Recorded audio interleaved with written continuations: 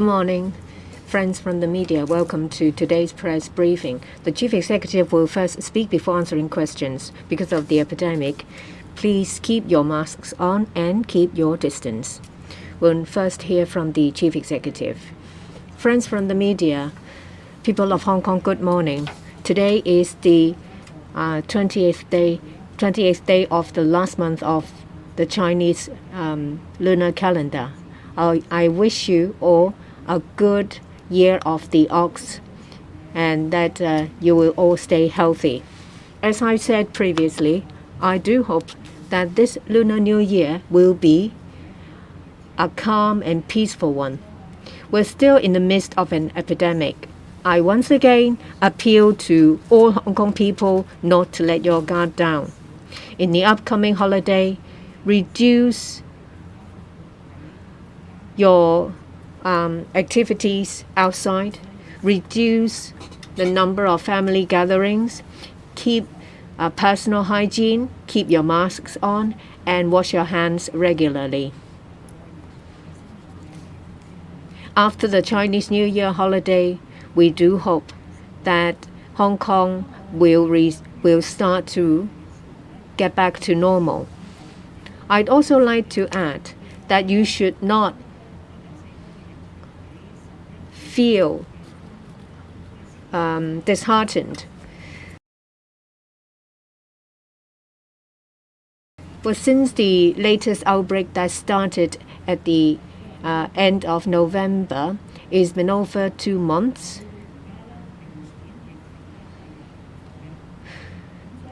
The situation has been quite turbulent, but we have seen signs that this outbreak is subsiding. We should seize the opportunity to try to achieve zero infection.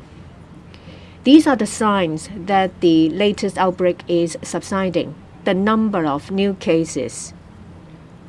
I'm sure you all follow closely the number of confirmed cases. In the past 7 days, the total number of new confirmed cases stands at 181. On average, 26 cases a day. It's a low two-digit level. What does it mean, 181 cases in the past 7 days? At around mid-November, at the beginning of the latest outbreak, we have about 100 to 200 cases a week. Compared to the peak in the past 2 months, with over 600 cases per week, we see that in recent 7-day period, there has been a drop by about 70%. The other sign is the number of untraceable cases. In the past 7 days, there are 48 untraceable cases, less than 7 cases a day. It's a single-digit figure. We hope that untraceable cases will continue to drop. We will also enhance our capability to trace and detect cases to find hidden cases. The third sign is the sewage surveillance program that was first put to use here in Hong Kong.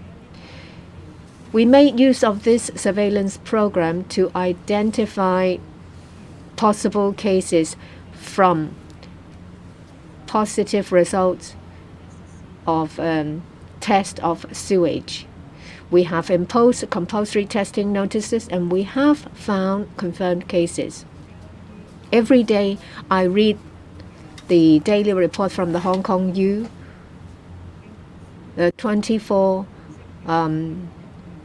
reports from samples. They use red and blue. Red denotes a positive result. In recent days, we have seen a lot more blue cases. We have not issued compulsory testing notices covering buildings with positive sewage result. The last time it was imposed was the 4th of February. The fourth indicator is something that is not often mentioned. You'll find information from public health website from the Hong Kong U. Is the RT, is the real-time reproductive rate. In short, it denotes the number of people that an infected person will infect others. It was at one point over 3, but now it's been hovering at the level of 0.6. The last indicator is the 25 restriction and testing declaration. Altogether, over 40,000 people have been tested. We've only identified 4 cases. It is actually a good sign when we don't find any cases under the restriction and testing declaration.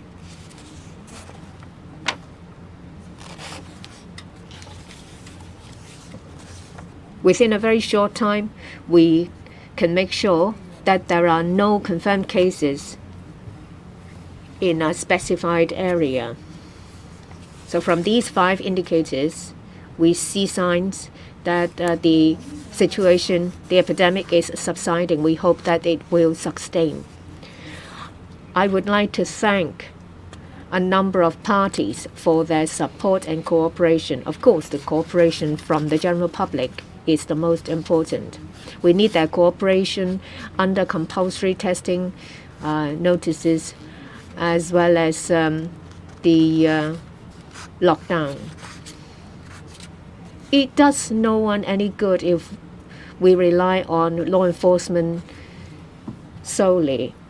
You won't be happy if you're given a penalty ticket, and it also involves a large amount of manpower and resources. Residents living in buildings covered by compulsory testing notices and people who are required to go through testing because of their work should do so. From the first day to the 4th day of the Chinese New Year, the temporary testing centers of the various districts will continue to operate, albeit over a shorter time. So you can still go there to get tested. I'd also like to thank our partners. A number of contractors from the private laboratories that are involved in the testing. They have worked tirelessly to get all the samples tested. I'd also like to thank civil servants. Of the 25 operations, we have mobilized over 11,000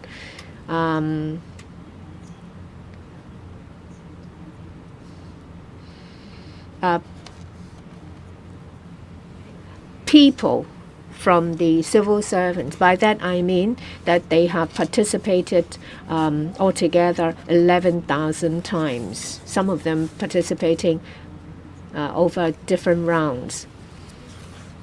When it comes to resumption of normal lives after the Chinese New Year, of course, we hope for the best. If the situation continues to improve, there will be favorable conditions for daily activities to resume after the Chinese New Year. I'm minded to first resume classes for students because class suspension has a huge impact on the students.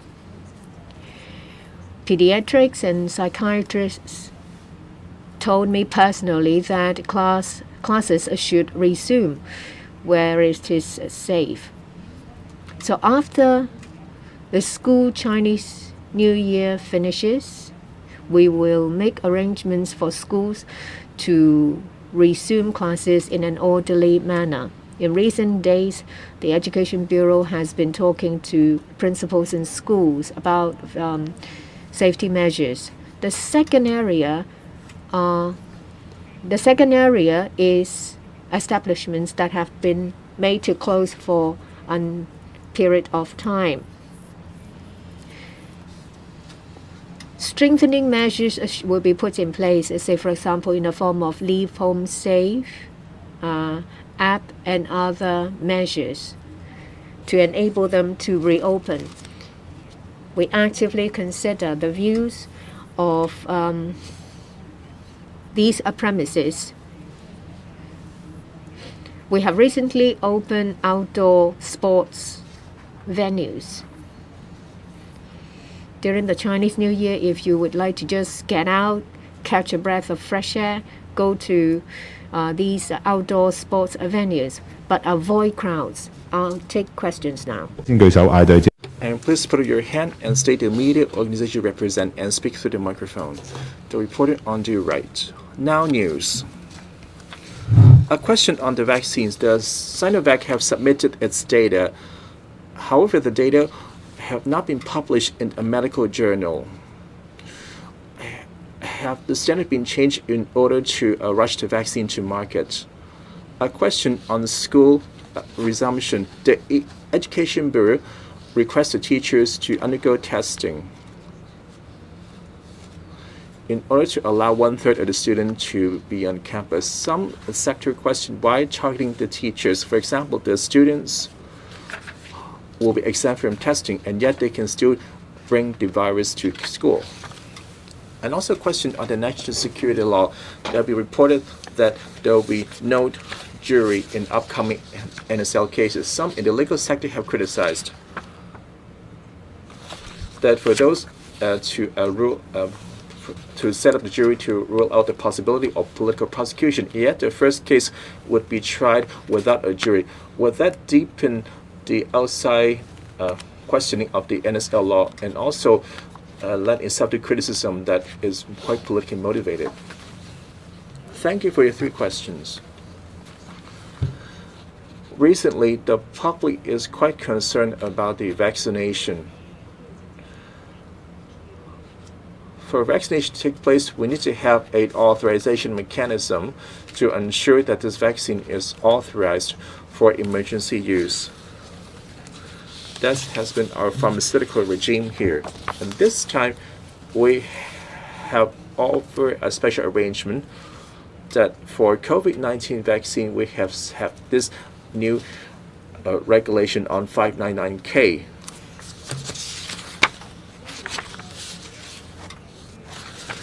Instead of subject to a very lengthy procedure, we allow the imported vaccines to be used in Hong Kong on an emergency basis.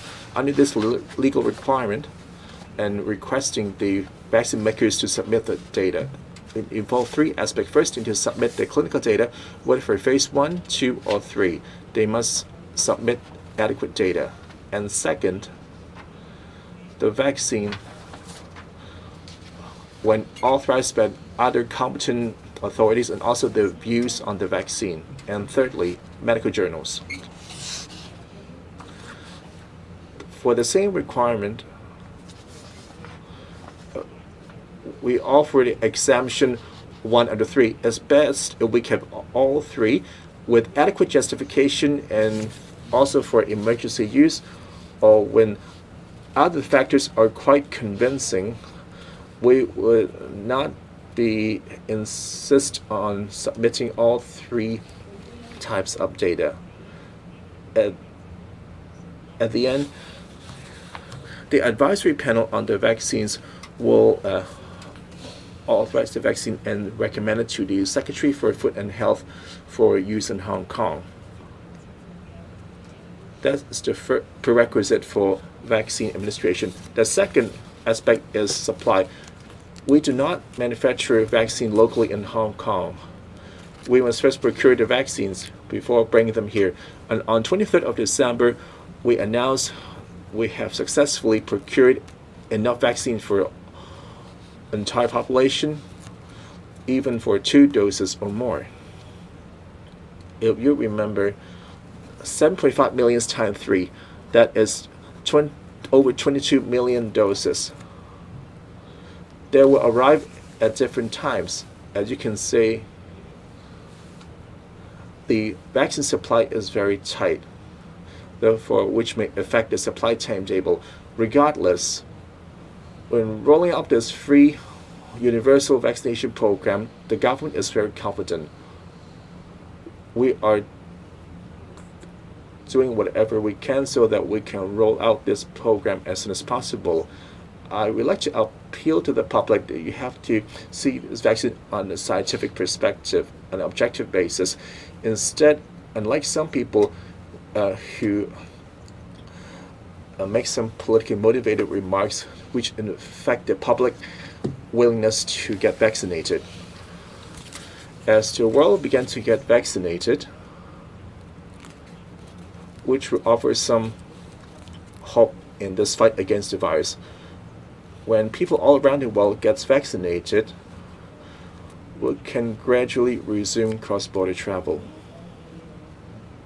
Second question, we're not targeting certain class of people. Well, fighting the epidemic, we talk about risk, possibilities, and capabilities. As you recall, at the same time last year, we were incapable and do not have testing capability. With this capability now in place, we have to consider which of the target groups. For example, the residential homes employees have get tested 8 or 9 times. Do you see that as targeting a particular group? We've all agreed that this particular group, from the public health perspective, if they get infected, it will pass on the virus to the elderly, which have a higher onset rate. Thus, we must offer this protection. It's a different scenario at schools. The Secretary for Education has clarified that this is voluntary. We hope that the student can resume face-to-face classes, and they should follow this requirement from 1/3 to 2/3 student limit.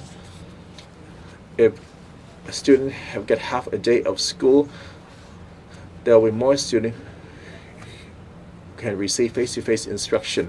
If they can do the extra step of taking PCR tests or rapid tests periodically, the whole school environment will be safer. The EDB is willing to consider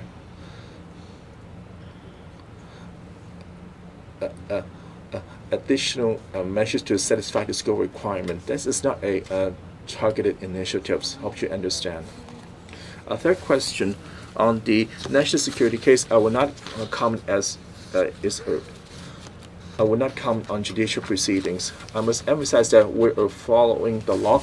If there's no provision in the NSL, we cannot take any action. Thank you. Another question.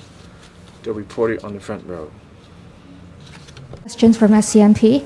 It emerged yesterday that Hong Kong authorities had decided against using a jury for the trial of the first defendant charged under the NSL, citing the need to protect the personal safety of jurors and their family members. Wouldn't this give public an impression that the Hong Kong government does not trust the jury system, which would further erode public trust on the city's rule of law? And shouldn't the government focus on stepping up measures to protect the jury's safety instead of getting rid of it? And the second question is about the British consulate said yesterday that it was informed that Hong Kong no longer allows dual nationality, and they may not be able to provide consular assistance to British Chinese nationals in Hong Kong, even if they enter a city with a British passports. So did the Hong Kong government recently remind all consulates about this? And is it true that the government would from now on strictly enforce this to ban consulates from offering assistance to people with dual nationality? And why didn't the government offer a formal announcement on this? And the last question is, does the government still consider locking down certain districts as an effective measure to combat the pandemic, given most of the lockdowns found no positive cases? Would the government consider ditching this strategy so Hong Kongers do not have to worry about this during the Chinese New Year holidays? Thank you. All right. 3 questions. The first question is I would not comment. I will not comment on individual cases which are now under the judicial process. So similarly, I will not comment on a national security case, except to reiterate that this is a piece of national legislation, and Hong Kong is the primary authority for implementing this piece of national legislation. That is, investigations will be done by the police, prosecutions will be laid by the Department of Justice, independent prosecutors, and finally the case will be tried in Hong Kong's independent courts. That is already a very strong indication of trust. Trust in the one country, two systems. Trust in the Hong Kong systems, whether it is executive or judicial. The second question about the British the BNO, the British National Bracket Overseas Passports.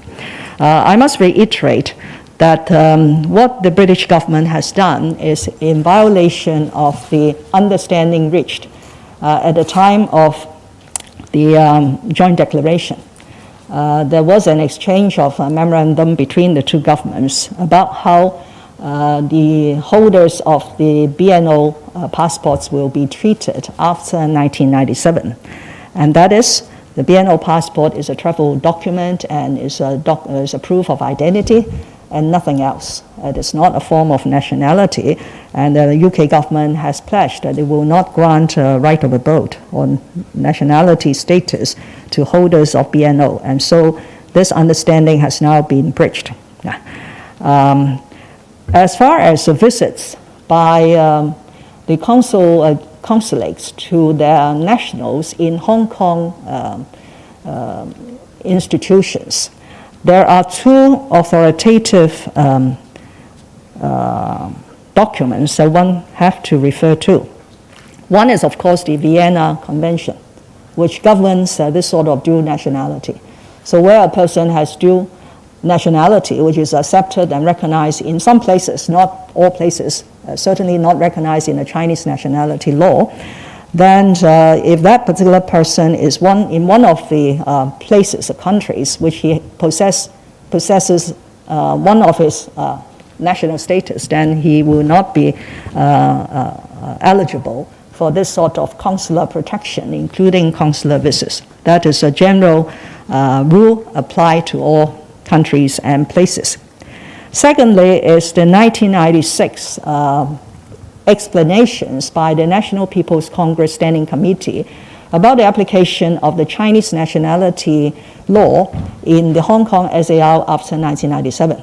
That has a very specific provision that where people have a foreign nationality or right of abode elsewhere, unless they have renounced and have been approved to renounce that foreign nationality, they are regarded as Chinese nationals in Hong Kong. So likewise, they will not be eligible for consular protection or including consular visas. So that is very clear. We are strictly enforcing or implementing that particular policy. Now, as far as the use of the RTD, the Restriction Testing Declaration, as a measure to combat COVID-19, we have done 25 such operations. It's a very staff-intensive operation. It's also done as expeditiously as possible in order to reduce the disruption on the residents concerned. It has proven to be effective. I have already mentioned that on previous occasions. But having regard to the importance Hong Kong people attach to Chinese New Year, I think earlier on, the CS, the Chief Secretary for Administration, has mentioned that we will conduct this sort of operations up till the Nha Gao, which will be tomorrow, I think. But whether we will is still a matter of whether we need to, because every day the public health colleagues have to work with the Home Affairs colleagues to see whether there is a candidate for that sort of restriction testing operation. And so as things now stand, barring unforeseeable circumstances, we will not do any RTD operation during the Chinese New Year holiday. 最後一條啊。 Last question. The reporter to the right at the back. I'm from cable TV. I'd like to ask about the reform of liberal studies. the chairperson of the new committee said that the new curriculum will be national education, but the Minister for Education said no to that. So I'd like to ask, is it going to be a new version of national education? In 2012, there was a proposal to launch the ethics and national education curriculum. You are one of the persons responsible for it. Are you concerned that it's going to be another public outcry? Another question is about vaccines. Why is Sinovac allowed to submit data to the WHO, and unlike the requirement for other suppliers, they are waived the requirement of submission of publication in medical journals? Is it a concession offered to Sinovac? Who made the decision? Well, if the advisory panel approves this approach and something happens, who is going to be held responsible? That's all for your question, I think. You've asked two questions. First, it's about liberal studies. Liberal studies is a subject, is a compulsory subject where students will have to sit for an examination. It's been in place for over 10 years. There are a lot of problems. There are some scholars who said that without a curriculum, without approved textbooks, that itself is the root of the problem. The government is determined to educate our students in a proper way. So we will introduce a reform of the liberal studies subject. It will not be called like that, but it is not national education subject. It is a subject to teach students to get a better understanding of our country and the world. Let me make it very clear. This is going to be a new subject that replaces the subject called liberal studies. The nomenclature itself will be decided later. In relation to acceptance, I do believe that there is a high level of acceptance, whether it is from the education sector or from the LegCo. I do understand that some practitioners, especially teachers of liberal studies, may have concern because they've been teaching the subject for quite some time. Do they need to be trained from afresh to teach the new subject? We understand their concern. We will make arrangements for more training courses for the new subject. Before there was the liberal studies subject, these teachers have been teaching other subjects, say for example economics or arts subjects. Teachers have been engaged in self-enhancement courses to add value to themselves. I do hope that everyone will be objective when they look at the reform. In relation to vaccines, Dr. Constance Chan, Director of Health, has already explained to everyone that the research and development of vaccines normally will take years. There will be a lot of experiments, clinical studies. But this time round, the whole world is using a fast track. We have no time to lose. Time is a luxury. Without a vaccine, we will not be able to see the end of the tunnel. That's why everyone is using an emergency use approach instead of the conventional one that will take years. Hong Kong is the same. If we are to use the conventional way, it will take much longer.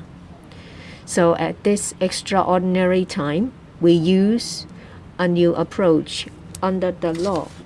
Under the law, there is the requirement of a recommendation from the advisory panel. The law also requires that the vaccine will have to be put in use outside Hong Kong under an approval. we require data from the vaccine suppliers, the pharmaceutical companies, clinical trials of phases 1, 2, and 3. And on top of that, the comments and application for approval for use in other places. The third thing is publications in medical journal. In the same document, it says that as long as there are justifications, not all 3 requirements have to be met, because the objective is emergency use, to make available vaccines for the general public within the shortest time possible. We have been following this procedure. We have not deviated from it. Don't forget that the public would very much like to see vaccines available as soon as possible. Of course, we need to first approve the use of the vaccine in a legal way and to procure the vaccine. I can refer to you what we've said on the 23rd of December. It is an emergency use. So we have made special arrangements. Experts will be waived from personal liability when they vet and approve the vaccine. They will not be held liable. Otherwise, we will not be able to find anyone to do the job. And we will set up an indemnity fund. If something happens after an inoculation, an application may be made from the indemnity fund for compensation. Well, we're talking about problems with the vaccine itself, say quality issues in its manufacturing process.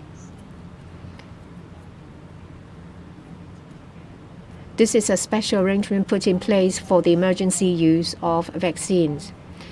Once again, well, before we say goodbye to the year of the mouse, before the year of the ox comes, I wish you all a good year ahead of you. Thank you.